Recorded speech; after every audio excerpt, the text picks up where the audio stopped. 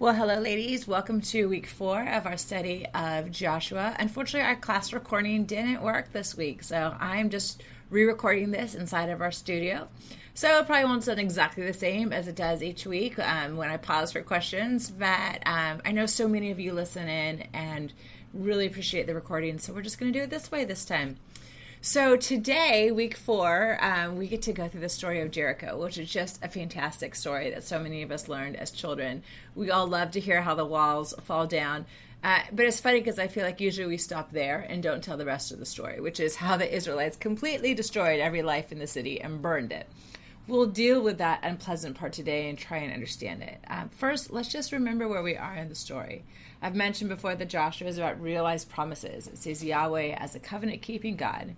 Yahweh made a covenant with Abraham, which was renewed with his offspring. He says, if you are faithful to me, I will give you 3 promises: progeny, place, and promise. So progeny is as many offspring as the stars in the sky, the sand on the shore. Place, the land of Canaan, as an everlasting possession. And the great promise is somehow through the descendants of Abraham, the entire world will be blessed, which we see realized in Jesus. So, though that promise is given to the patriarchs while they were in Canaan as nomads occupying it but not owning it, that promise was not realized for over 400 years. So, due to famine, Yahweh brings the Israelite clan to Egypt, but that's not the end game. Yahweh has always intended to bring the Israelites back to Canaan to uphold his promise. Yahweh uses the actions of a harsh Pharaoh for his purposes. He intervenes through the person of Moses to redeem his people from slavery. And by grace, Yahweh enacts this plan of salvation. He leads the Israelites on a desert journey so they will learn to trust him, to rely on him. He provides manna and quail and water. He gives them his Torah or instruction for how to maintain his presence in their midst. And Yahweh's presence is signified through the Ark of the Covenant in the tabernacle. Through 40 years, Yahweh shapes the Israelites into people who trust him, who realize the battle is not theirs to fight, who see that Yahweh is more powerful than any ancient Near Eastern god their neighbors worship. He alone is sovereign. He alone is good. And after the last of the older generation perish, Yahweh assigns a new leader, Joshua, and says, it's time, people, let's go. So in the first week, we saw Yahweh commission Joshua, go cross the Jordan, take these people with you. I'm giving you this land of Canaan. No one will be able to stand against you, for I am with you. And I asked that week, is that our same commission? Does God still tell us to go take a certain land and make it a holy nation? And we know the answer is no. It's important to emphasize it's not that we have a different God. I mentioned it's what theologians call progressive revelation. God works in different ways, in different time periods, towards his overall purpose. And remember how I gave that example that it's like baking a cake. You don't just throw in all the ingredients and mix it all together. You start with the wet ingredients, then you add the dry, then you bake it. There are steps in the process of creating cake. And the end result is cake, but there are important steps to go through to get there. So the Old Testament teaches us what covenant is so that we can understand in Jesus the idea of new covenant. God initially commissions Joshua to create his kingdom in a certain place. And why? It's for his purposes, a purpose that culminates in Jesus. And Jesus gives us a different commission. He says, go and make disciples of all nations. God is still expanding his kingdom, but not to certain people in a certain place. His kingdom is expanded not by legislature or law, but by changed lives, by creating a people that is separate, a holy, set-apart people in the midst of Canaanite neighbors. Christians have never been called to fit in, but to stand out and to live such purposeful, such kind lives that even pagans or the unchurched notice and praise our Father in heaven. In week 2, through the story of Rahab, we learned something about the people living in Canaan. Do you remember what that was? We learned they're actually all freaking out. We mentioned that in the ancient Near East, the prevalent belief was polytheism. They believed in tens and tens of gods. How did people determine which were the strongest and the best? It was actually by battles won. So if the Egyptians could beat the Canaanites in war, then the Egyptian gods were the stronger gods. And at this time, the Egyptians actually controlled Canaan. But the Canaanites had heard about this Yahweh, and he'd heard that he'd actually destroyed the Egyptian army in the Red Sea, which meant that Yahweh was stronger than the Egyptian gods. They'd also recently heard that Yahweh had beaten 2 Amorite kings, Sihon and Og, which means Yahweh is bigger and stronger than the Amorite gods. So if Yahweh is bigger and stronger than the Amorite gods and the Egyptian gods, he's likely going to be bigger and stronger than the Canaanite gods. So Rahab decides to attach herself to the winning team, Team Yahweh. And last session, we saw the miraculous parting of the Jordan River. All the Israelites finally cross over and enter Canaan. And Yahweh tells them to take those 12 stones from the river and erect a monument to remind them that Yahweh is faithful. He is a covenant-keeping God. I mentioned it's also important that we realize that the Bible does not portray the Israelites as really good and the Canaanites as really bad. The Canaanites are not being kicked out of Canaan because they're really bad, and the Israelites don't get to occupy Canaan because they're really good. Yahweh has a plan, and that plan involves creating a holy, set-apart set of sacred space for him to reveal himself. I've mentioned it's an act of recreation, of pushing back the darkness and the chaos to form a new garden temple for Yahweh to dwell with his covenant people. People chosen not because they're good, but chosen to reveal who Yahweh is. Yahweh's intention is not to massacre all the Canaanites, but to drive them out of that space. They're not the rightful owners of the land. Yahweh is. I mentioned how Scripture does give us reasons for the conquest. In Joshua 21, verses 43 through 45, it says the conquest demonstrates that Yahweh is a promise-keeping God, more powerful than any other enemy, any other God. In Numbers 33, verses 50 through 56, says that Yahweh intends to drive out the inhabitants of the land so they don't lead the Israelites into idolatry. And let's just go through a brief historical and biblical context of Joshua. In week 1, I give the full details, so you can always go back and listen to that. But just for brief, I always like to ask the who, what, when, where, and why. So the question, who wrote Joshua? We don't actually know. No one claims to be the author of Joshua. We know Joshua wrote parts of it. Joshua 24:26 states that Joshua recorded these things in the book of the law of God. We believe it was likely compiled by editors, but a lot of the material did come from probably the original time period.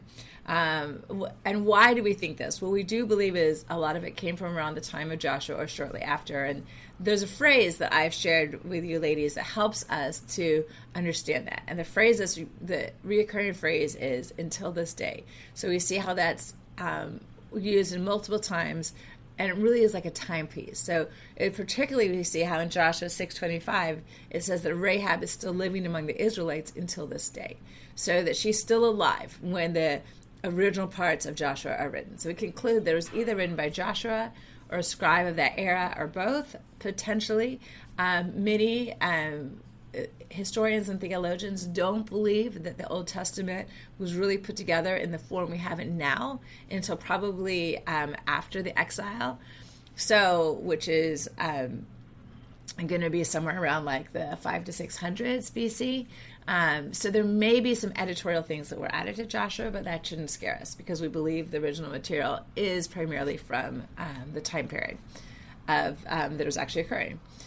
So who was it written to? Well, no specific audience is stated, but based on the themes and the theology we believe is intended for the Israelite generations to come, to continue to call them to faithful devotion to the one and only sovereign God. Last year, I use the phrase all the time, and it's so important in our understanding of the Old Testament that we realize the Old Testament was not written to us, but it was written for us. And that was a phrase I believe was coined by Professor John Walton. What type of writing is Joshua? It's theological history. Writers of Scripture are not trying to actually give an objective or comprehensive account of everything that happened. They choose to record certain parts of the storyline to show us the overall plot line. They report certain events to show who God is and how we fit into his purposes. When does it take place? Well, again, listen to week 1 for all the details, but the gist is if we're going to take 1 Kings 6:1 at face value, it places, which I do, it places the Exodus from Egypt 480 years before Solomon builds the first temple. So with a little math, that places us in the year 1406 BC. So, and I asked you ladies, do you remember the main argument that critical scholars use saying that this date is not possible?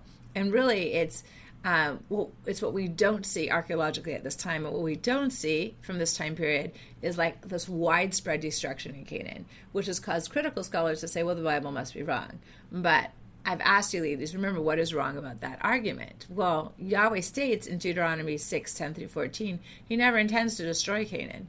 He actually intends to push out the occupants, and he wants the Israelites to occupy these fields that they have intended, these homes they haven't built. We will actually see that Joshua only destroys 3 Canaanite cities, and that we will continue to see that Yahweh's intention is really to clear Canaan, not to destroy the Canaanites. All right, so let's get to Jericho. Last session, we ended with the Israelites camped at Gilgal, west of the Jordan, about 5 miles from Jericho. Yahweh has sent a great fear of himself through Canaan, with the intention to already push the Canaanites from the sacred space he intends to create. We get the sense that many Canaanites do flee, but those who remain will be pushed out by force. Yahweh is occupying the land personally, recreating his garden temple, and those not in covenant with him, not set apart to showcase his character, just need to go. This is what theologians call Yahweh war. It's his job to clear the land, to showcase his character as the one true God. The Israelites simply need to align themselves with Yahweh and be obedient to his marching orders. But before he's going to send them to march, Yahweh needs to get the Israelites ready. But he's not going to have them gather weapons and shields to get ready. He wants them to get ready internally, to align themselves with Yahweh and his purposes. So let's see what Yahweh asks the Israelites to do first. So we're going to be starting in Joshua chapter 5, verses 2 through 9. At that time, the Lord said to Joshua, "Make flint knives and circumcise the Israelites again." So Joshua made flint knives and circumcised the Israelites at Gibeath Haaraloth. Now this is why he did so. All those who came out of Egypt, all the men of military age, died in the wilderness on the way after leaving Egypt. All the people that came out had been circumcised, but all the people born in the wilderness during the journey from Egypt had not. The Israelites had moved about in the wilderness 40 years, and to all the men who were of military age when they left Egypt had died, since they had not obeyed the Lord. For the Lord had sworn to them that they would not see the land he had solemnly promised our ancestors to give us, a land flowing with milk and honey. So he raised up their sons in their place, and these were the ones Joshua circumcised. They were still uncircumcised because they had not been circumcised on the way. And after the whole nation had been circumcised, they remained where they were in camp until they were healed. Then the Lord said to Joshua, "Today I have rolled away the reproach of Egypt from you." So the place has been called Gilgal till this day. So circumcision was a sign of being part of Yahweh's covenant community. All boys 8 days old were supposed to be circumcised. So verse 5 says that all the men who came out of Egypt had been what? They had been circumcised, but all the boys born in the desert had not. Now, does an 8-day-old baby demand to be circumcised? Obviously not. So who has a baby circumcised? Well, it's the parents. So if a baby is not circumcised, is it their fault or their parents' fault? Well, it's the parents' fault, right? So the parents of the boys born in the desert did not do the ritual that Yahweh had required to show they were a holy, set-apart community. So what does that tell us about the parents? It says they were unfaithful. We remember they were rebellious. They couldn't enter Canaan because of their rebelliousness, but they had now all passed away. So before Yahweh takes in this new generation, he has them go through this ritual. So let's consider verse 9 for a moment. It says, "Today I have rolled away the reproach of Egypt from you." What is the reproach of Egypt? The commentators I was reading said reproach is really scorn. And going through circumcision, the new Israelite generation is showing that they are obedient. Because of their obedience, Yahweh has brought them into Canaan. Bringing them in removes the scorn of the Egyptians. But how? Well, Yahweh had brought the Israelites out of Egypt with a big show. 10 plagues, parting the Red Sea, destroying the Egyptian army. But what has he done since? He's let them wander through the desert. This would clearly be reported back to Egypt. So, what would the Egyptians be saying about the Israelites? Probably that Yahweh had abandoned them. So now Yahweh will show he has not abandoned the Israelites. He took time instead to spiritually form them. Remember last year, one of the big sort of aha moments to me was realizing that the story of Exodus is our story. God saves us by freeing us from captivity. We are no longer slaves to sin. He leads us step by step on this desert journey to form our character. and brings us to the promised land of rest, of his presence in heaven. So there's one more thing, though, the Israelites must also do to prepare for Yahweh war.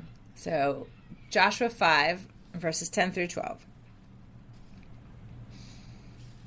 On the evening of the 14th day of the month, while camped at Gilgal on the plains of Jericho, the Israelites celebrated the Passover.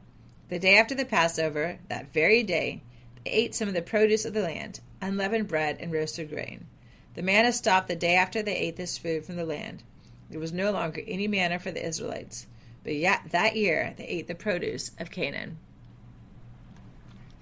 So what must the Israelites now do? They have to celebrate Passover.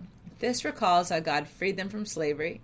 Through the blood of a slain lamb painted on their doorposts, the place was cleansed for Yahweh to dwell and hold off the destroyer, who then passed over their homes. The Passover marked the beginning of the desert journey, so it's fitting that it also marks the end of it.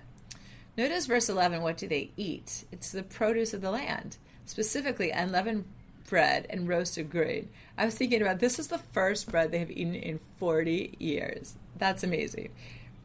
Manna was a bread-like substance, but it wasn't real bread. Imagine their first bread. So because of this, verse 12, what now stops? We see the manna stop. So God will now sustain them through trees they didn't plant, crops they didn't sow. They've arrived in Canaan. Also notice this passage gives us a date. Verse 10, when is it now? It says it's the 14th day of the month. And what month? We know that Passover was celebrated on the 14th day of the second month of the year.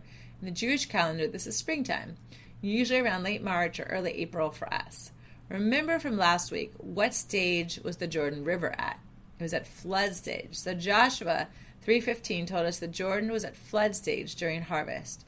This pinpoints our time of early spring, harvest time, likely 1406 BC. This is actually really important for archaeological evidence we find in Jericho. So the Israelites are now ready for Jericho, not militarily, but ritualistically. But now, how will they take the city if they're not equipped militarily? So let's see what happens next. So Joshua 5, verses 13 through 15. Now when Joshua was near Jericho, he looked up and saw a man standing in front of him with a drawn sword in his hand. Joshua went up to him and asked, "Are you for us or for our enemies?" "Neither," he replied, "but as commander of the army of the Lord I have now come." Then Joshua fell face down to the ground in reverence and asked him, "What message does my Lord have for his servant?" The commander of the Lord's army replied, "Take off your sandals, for the place where you are standing is holy." And Joshua did so. So Joshua sees a man with a drawn sword. Commentator David Howard notices the exact language here, with a drawn sword in his hand. We found this 2 other times in the Old Testament, referring to an angel of the Lord. In Numbers 22, 23, and 31, it says, an angel of the Lord stands before Balaam, barring his way. And in 1 Chronicles 21:16, an angel of the Lord stood before David, threatening Israel because of David's sin. So notice the question Joshua asked this man, "Are you for us or our enemies?" And how does this man respond? I really love this. He says, "Neither, but as commander of the Lord's army I've come." The angel of the Lord has come to give Joshua a message. And I just love this response, because is the angel on Team Joshua? No. Is the angel on Team Jericho? No. So the question is back to Joshua. Whose team are you on? I feel like we do this all the time with God. I feel like we ask him questions like, are you Team Democrat or Team Republican? Are you on Team America or Team, who are our adversaries? Iran, Syria, or Russia? And what's the angel's reply? He's like, "No, I am not on any of the teams you create. I'm not here to fulfill your plans and purposes." So the question is, are you on my team? Are you going to join me in my plans and purposes? And how does Joshua respond? In verse 14, he falls face down. This is interesting because when we encounter angels in Scripture, they don't actually let themselves be worshipped. But this figure does. So we get the sense that this is a version of God himself. Joshua has a right response of humility. And what does the angel of the Lord tell Joshua to do? To take off his shoes. Why? Because it's holy ground. Who should this remind us of? Definitely Moses and the burning bush. When God met Moses at the burning bush, what instruction did he give him? Generally, it was really like the plan for the Exodus. So now Yahweh meets Joshua and he gives him the plan for the conquest. Again, we see this transfer of leadership from Abe to Josh, and we also see now how Joshua has become Yahweh's mouthpiece to the Israelites.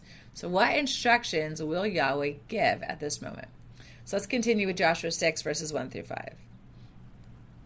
Now the gates of Jericho were securely barred because of the Israelites. No one went out, and no one came in. Then the Lord said to Joshua, "See, I've delivered Jericho into your hands, along with its king and its fighting men. March around the city with all the armed men. Do this for 6 days. Have 7 priests carrying trumpets of ram's horns in front of the ark. On the 7th day, march around the city 7 times, with the priests blowing the trumpets. When you hear them sound a long blast on the trumpets, have the whole army give a loud shout. Then the wall of the city will collapse, and the army will go up, everyone straight in." So how is Jericho described, verse 1? It says it's tightly shut up because of the Israelites. They are ready for siege warfare. So typically this is how battles were fought in this time period. Jericho is no huge city. It's actually about 10 acres around. We know this because the city has been located archaeologically. It's actually considered the oldest city in the world and began to be inhabited about 8,000 BC. Siege warfare was a waiting game. How long could the inhabitants survive inside the walled city? How long could the army outside feed itself? Would an army from another allied city come and attack them while the army sat there? So the angel of the Lord tells Joshua this isn't going to be a long siege because Yahweh is the one fighting for them. So verse 2, what has Yahweh already done? He's already delivered Jericho into your hands. And how would happen? They're going to march around the city 1 time a day for 6 days. On the 7th day, they're going to march around it 7 times. Then have all the priests blow a long blast on their trumpets, and what will happen? The city wall will collapse. So through excavations, we've actually found that Jericho had a stone revetment, a retaining wall, around 15 feet high. And on top of that was a mud brick wall about 8 feet high. So Yahweh gives instructions.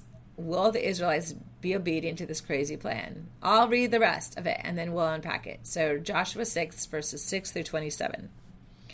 So Joshua son of Nun called the priests and said to them, "Take up the ark of the covenant of the Lord, and have 7 priests carry trumpets in front of it." And he ordered the army advance, march around the city, with an armed guard going ahead of the ark of the Lord.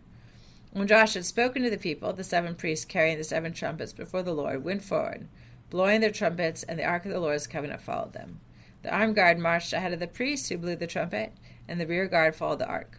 All this time the trumpets were sounding, but Joshua had commanded the army, "Do not give a war cry. Do not raise your voices. Do not say a word until the day I tell you to shout. Then shout." So he had the ark of the Lord carried around the city, circling it once. Then the army returned to camp and spent the night there. Joshua got up early the next morning, and the priests took up the ark of the Lord. The 7 priests carrying the 7 trumpets went forward, marching before the ark of the Lord and blowing the trumpets. The armed men went ahead of them, and the rear guard followed the ark of the Lord, while the trumpets kept sounding. So on the 2nd day they marched around the city once and returned to the camp. They did this for 6 days. On the 7th day they got up at daybreak and marched around the city 7 times in the same manner, except that on that day they circled the city 7 times. The 7th time around, when the priest sounded the trumpet blast, Joshua commanded the army, "Shout, for the Lord has given you the city. The city and all that is in it are to be devoted to the Lord. Only Rahab the prostitute and all who are with her in her house shall be spared, because she hid the spies we sent. But keep away from the devoted things, so that you will not bring about your own destruction by taking any of them. Otherwise, you will make the camp of Israel liable to destruction and bring trouble on it. All the silver and the gold and the articles of bronze and iron are sacred to the Lord and must go into his treasury." When the trumpet sounded, the army shouted, and at the sound of the trumpet, when the men gave a loud shout, the wall collapsed. So everyone charged straight in, and they took the city. They devoted the city of the Lord and destroyed with the sword every living thing in it, men and women, young and old, cattle, sheep, and donkeys. Joshua said to the 2 men who had spied out the land, "Go into the prostitute's house and bring her out, and all who belong to her, in accordance with your oath to her." So the young men who had done the spying went in and brought out Rahab, her father and mother, her brothers and sisters, and all who belonged to her.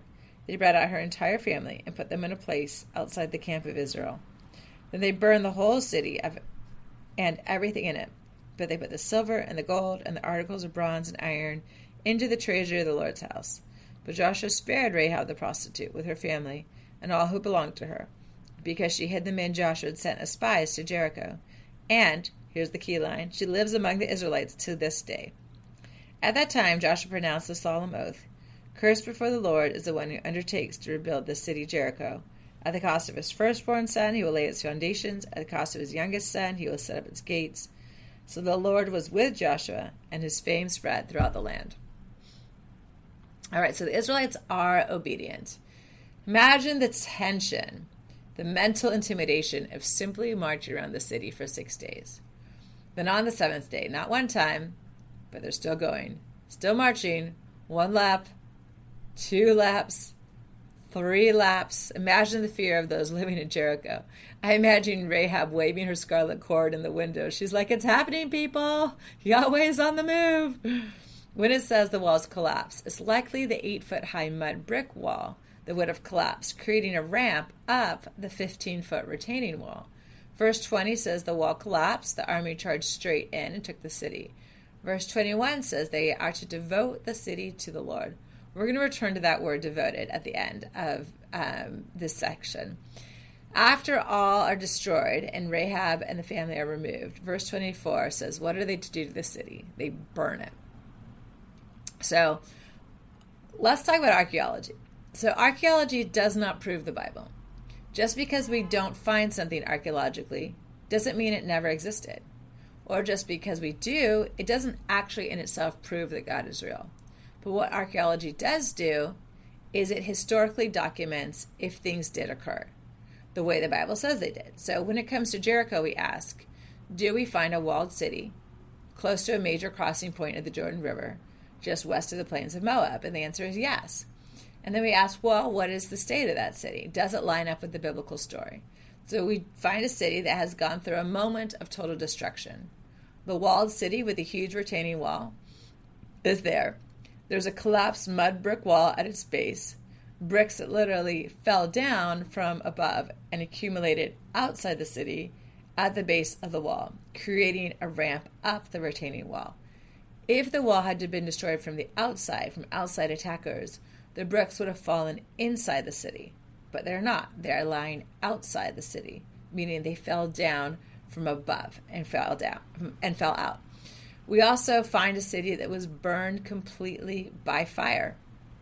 The whole section of Jericho that has been uncovered archaeologically is from this time period is a burn layer. You can see actually in videos and pictures this dark black layer that is the layer of Jericho from this time period. So we find a city that's completely burned by fire. We also find tons of clay pots full of burned grain, which tells us this destruction likely occurred when? At harvest time. We know the city was not taken through a long siege, because otherwise what would have happened to the grain? It would have been eaten. The presence of lots of grain in clay pots also shows that the city was taken quickly. So also surprisingly, it's surprising to all to actually find burned grain in the pots, because grain was considered gold at this time period. No one would have burned grain unless it was ritualistic in nature. So all of these things line up exactly with the biblical account. But secular archaeologists don't really like it when this happens. So when archaeology supports the Bible, secular archaeologists tend to find flaws. So the first person to excavate Jericho was John Garstang in the 1930s. He dated the collapse of Jericho at about 1400 BC, in line with the Bible. In the 1950s, Kathleen Kenyon excavated and said, no, it was destroyed much later. Actually, no, it was destroyed much earlier, likely in the 1550s BC, so 150 years earlier. So she says it would have lain in ruins in the 1400s when the Israelites arrived. Kenyon, no surprise, is not a believer in Jesus. She based her conclusion on a lack of a type of clay pot that was widespread in the 1400s. Cypriot pots, or those from Cyprus, were widely dispersed in the 1400s. Since none were found in Jericho, she says Jericho must have been destroyed much earlier than Cypriot pots were being circulated. That's called an argument from silence. She also only excavated a very small portion of Jericho, and much of it is still not excavated. So Garstang and other scholars disagree. They saying the pots recovered do align with a date around the 1400s. So no scholars disagree that the city of Jericho has been found and lies in the exact state the Bible describes. They just disagree on when it happened, not whether it happened. So we need to remember there will always be people who try to disprove the Bible. Even archaeology is not neutral. Those with an agenda are typically involved. Those who want to see if archaeology supports the Bible and those who want to prove it doesn't. All right, before we conclude today, I do need to spend some time on this idea of total destruction. To understand what's going on, we need to examine the word that is translated in the NIV as devoted. So the word devoted is a Hebrew word, harem. Joshua 6:17, the city and all that is in it are harem, to be devoted to the Lord. 6:18, but keep away from the harem, the devoted things, so that you will not bring about your own destruction by taking any of them. 6:21, they harem devoted to the city to the Lord and destroyed with sword every living thing in it. The word harem is translated as devoted, but it does not mean necessarily to totally destroy, even though that's often the way that we tend to translate it.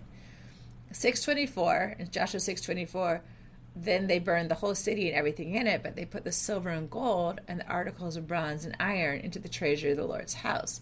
So some things that are devoted are destroyed, and some things are put in the tabernacle treasury. In Joshua 11:12, later on, we will see that there are some royal cities that are harem, but are not destroyed. So harem is a verb that, as a verb, is translated often as devoted to the Lord, devoted to destruction, or completely destroyed. Harem as a noun is often devoted things or destruction. So commentator Howard connects the idea of devotion and destruction. He says the Hebrew term refers to the irrevocable giving over of things or persons to the Lord. Commentator Liley stresses that the essence of harem is an irrevocable renunciation of any interest in the object devoted, and that it denotes an uncompromising consecration without possibility of recall or redemption. So harem, John Walton says, is the removal of something from human use. When harem objects are destroyed, the purpose is to make sure that no one can use it because it belongs to the Lord. So these things forbidden to common use were an offering to the Lord. Leviticus 27:28-29 illustrates this well. It says, but nothing that a man owns and devotes, harem, to the Lord, whether man or animal or family land, may be sold or redeemed. Everything so devoted, harem, is most holy to the Lord. No person devoted to destruction, harem, may be ransomed. He must be put to death. If something is dedicated or devoted to the Lord, it is most holy. So harem often involves destruction, but that's not the essential meaning of it, since not everything that is harem is destroyed. In Joshua, the harem refers to the plunder taken from certain cities. In Jericho, everything in the city but Rahab and her family are harem. They're removed from use by consigning them to the divine realm through donation to the sanctuary. Harem rarely refers to living individuals, but it actually does in this case of Jericho. So in the ancient Near East, conquered people were typically taken into slavery. So putting them to the sword is an alternative to their normal fate. It's removing them from use as slaves. So in the harem of cities, only Jericho, Ai, and Hazor are destroyed. No other harem city is destroyed. And as mentioned, the goal is to clear Canaan for Yahweh to create his holy space. It's actually the Hebrew word that is most commonly used is the Hebrew word gris, used in Joshua through Genesis. Other way around, Genesis through Joshua, for what God intends to do to the Canaanites, which is to drive them out. So gris means to drive them out. The terror that goes before the Israelite army is really, that's the intention, is to encourage people to flee. The terror is the main way that Yahweh intends to clear the space of Canaan. And as we saw with Rahab, those who yield to Yahweh would be incorporated in. Those who resist then do face warrior Yahweh. So Yahweh knows his new generation of Israelites are still vulnerable. Clearing the space is the sense of protection. In Deuteronomy, we see part of the idea of harem. It says, "You shall harem or utterly destroy them, precisely so that they may not teach you to do according to all their abominations, which they've done on behalf of their gods." We will actually continue to revisit this word and this concept throughout the study, particularly next week. We're going to see what happens when some items that are harem are not devoted to the Lord and the repercussion of the fallout. All right, so let's just think about application for just a minute. So the Israelites went through this process of becoming spiritually fit before God leads them into deeper experiences of faith and showcasing his miracles. So I think it is important for us to pause at times in our lives and consider our own spiritual fitness. How are we doing? How are we continuing to grow? How are we being moldable in God's hands? So commentator Robert Hubbard gives 6 means to evaluate our spiritual fitness, which I like these. He says, if you want to be spiritually fit, this is not like a legalistic thing, but if you want to be spiritually fit, here are some things that are going to really help you be spiritually fit. 1, be involved in corporate worship, being part of a church community on Sunday mornings. 2, practice a love for the Bible, for God's word. Being part of this Bible study, ladies, whether you're coming in person or listening in, that's part of it. Practice a love for the Bible. Spending time in his word, reading it, studying it, journaling through it, praying through it. So practice a love for God's word. 3, ongoing service. And commentator Hubbard says, especially to those outside the church, those who don't know Jesus yet. So ongoing service, number 3. Number 4, be part of some kind of small accountability group. People who know you, who love you, and will help hold you accountable to living a life dedicated to the Lord, all in for Jesus. Number 5, he says, financial offerings to support God's work. And then finally, number 6, he says, spiritual fitness moments of evaluation. So times throughout your year, your seasons, where you are just checking in with your own spiritual fitness. I think those things can happen in some of our special events we offer, like our worship nights, our Women's One Day. Those are great times where you can just pause and ponder your own spiritual fitness. So I liked all of those. So his 6 means for evaluation of spiritual fitness: corporate worship, practice a love for the Bible, ongoing service, small accountability group, financial offerings to support God's work, and spiritual fitness moments of evaluation. So great application. How are we spiritually fit? So another commentator noticed that one of the issues here was this sense of derision that the Israelites felt from Egypt. He translated that to thinking through how Jesus removes our humiliation, our cultural derision. I thought that was an interesting point. Another commentator mentioned that we have to remember that as Yahweh was the author of Yahweh War, we are still in a sense of warfare spiritually, but it's now Jesus' war. And what we know is that the decisive battle has already been won on the cross by Jesus. And this commentator made 2 great points. He said, we have to remember that 1, we are not responsible for winning the final victory. That's already been done by Jesus.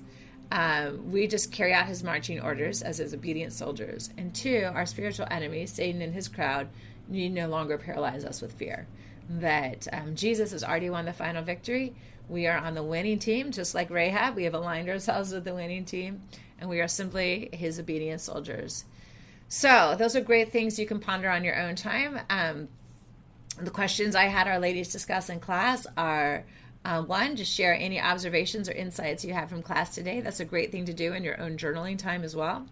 An application question: how do you stay spiritually fit? And you can think that through on your own. Is there anything you would like to add or change to your current practices to increase your spiritual fitness? And then you can always, I always encourage the ladies to share any prayer requests they have for this upcoming week. And I encourage any of you ladies who are listening into this study right now to be part of some kind of accountability group. And if you're not in one, you can reach out to me. We are in the process of setting up new prayer pods. These are groups that meet monthly. They are accountability groups, but really it's the idea of having some women in your life that you meet with monthly to share together, to encourage each other, to laugh together, and to really be sort of the first responders to each other's lives, those who are caring for each other and walking alongside each other.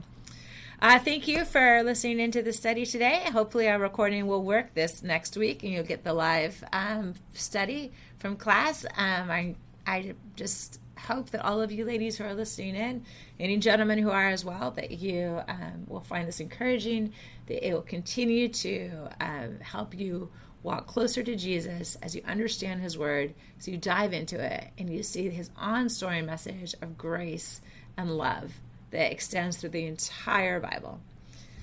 All right, until next week.